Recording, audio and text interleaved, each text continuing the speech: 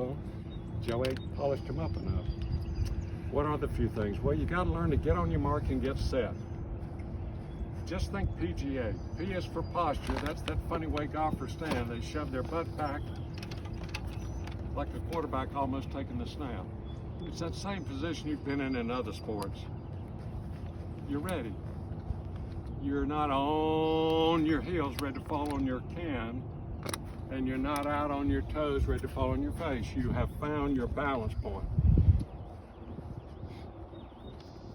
Good posture, good aim, good grip. So think PGA. Good posture, good grip, good aim. You could still screw it up from here, but at least you're on your way to something better. Okay? I try to promote players to have an awareness of form. I want you looking good. If you start to look good and you practice a bunch, you might start hitting good. But bad form will lead to nothing but bad play. And if you practice bad form hard enough, you'll really become a poor player. I've seen a lot of players as an owner of a range hit a lot of balls over the years, but the things they were doing were not healthy. So they got better at being bad. So we want to be careful with practice. Good posture, good grip, good aim. Now this little shot we're playing here is a smaller, if you need a smaller shot, and by the way, they all count one, the little putt, the little mini chip, the longest drive ever hit, they all count the same. You would think this is the low-hanging fruit. Go ahead and grab this easy stuff. Practicing a lot here will help you there. Practicing a lot there will not help you much here. If you can't crawl and walk, you're probably not going to be good at running. Learn how to handle the little shots. So if you need less than a big shot, you need less than a big swing. If you need less than a big swing, you need less than a regular stance. And you need less than a full-length club. So you would grip down on the club, build a stance that was small, so that you encourage a swing that's small. Okay? If I need more energy, I need a bigger swing, so I'm gonna gradually widen out and come up on the end of the club. Okay? That's the basic motion. Let me borrow your sandwich. Looks good.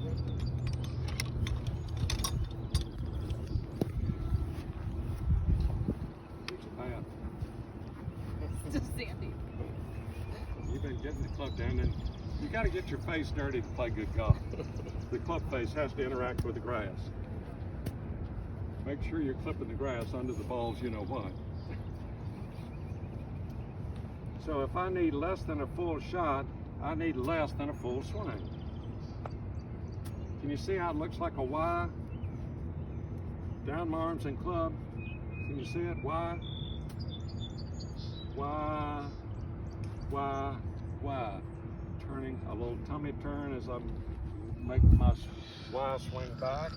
Unturn my tummy to get my Y to kiss the ball, and continue turning my tummy to get the Y over here. Why would I call it the Christmas swing? Because there's no L, no L. I don't need L's now because I don't need energy. I will in a moment. When the target's further out, I got to start.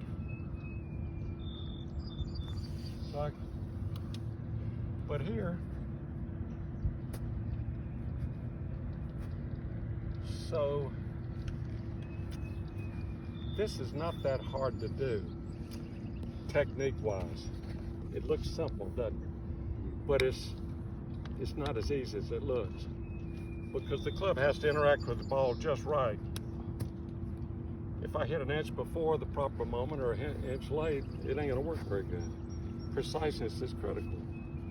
But if your technique is reasonably simple, your practice time, you'll be rewarded more quickly than if you have an erratic style.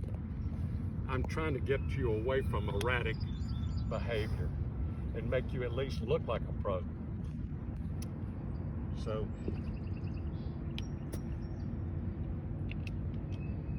this finish to the little ones is the same as this one to the big ones.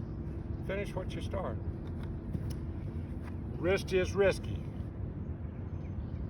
If you're real risky, your contact is going to be hard to manage. Okay? You want your hands to stay quiet and be moved by your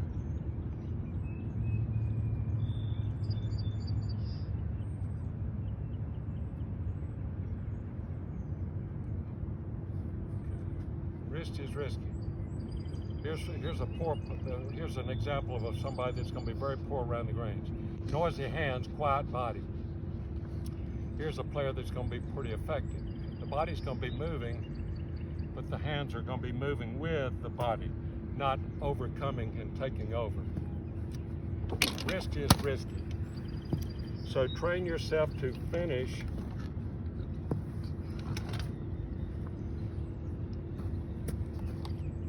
the shot.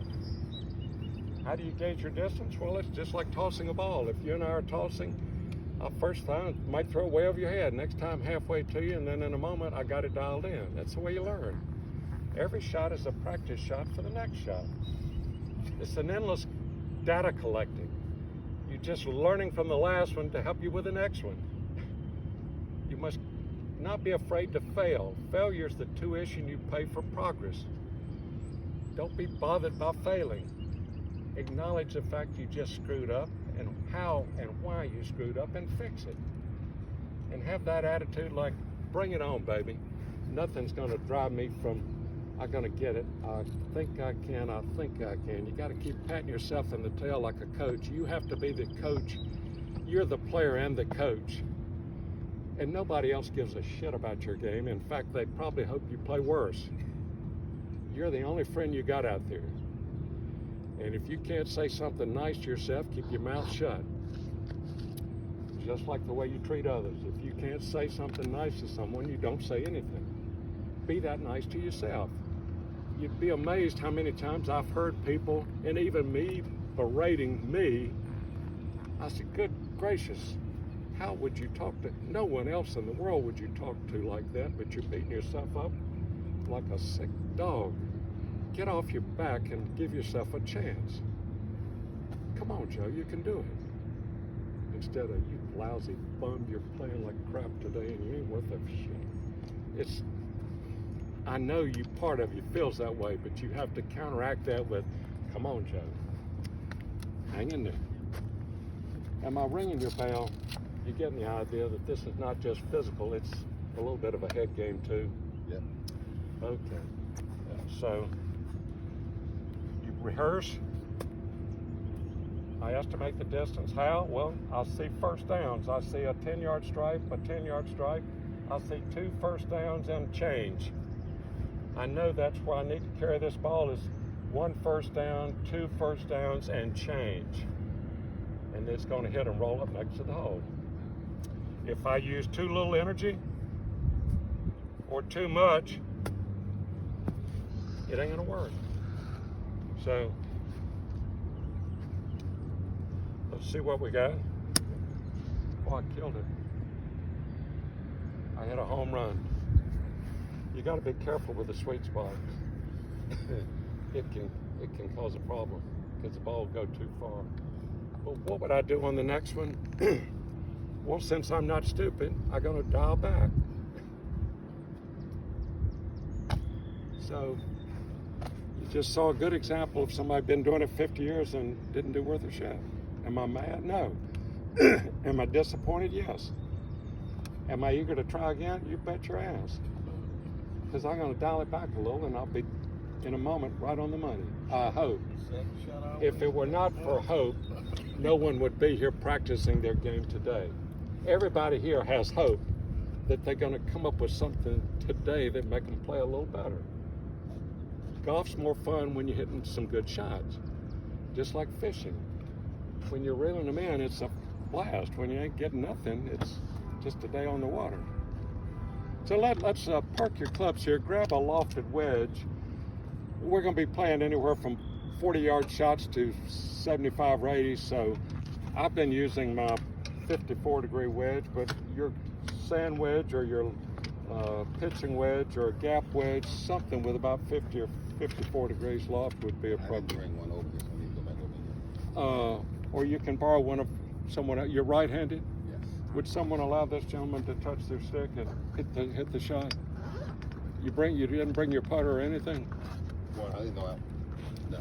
Well, where are you? Clubs up by the green. I don't have any clubs. Okay. So your bag. Where's that bag up there? I can go back over there. Walk up there and get your longest wedge and a putter out of that pile of it before we started there. Okay. I'm sorry. Okay. You may have said it. I just didn't. I didn't read through. Let's go ahead and play.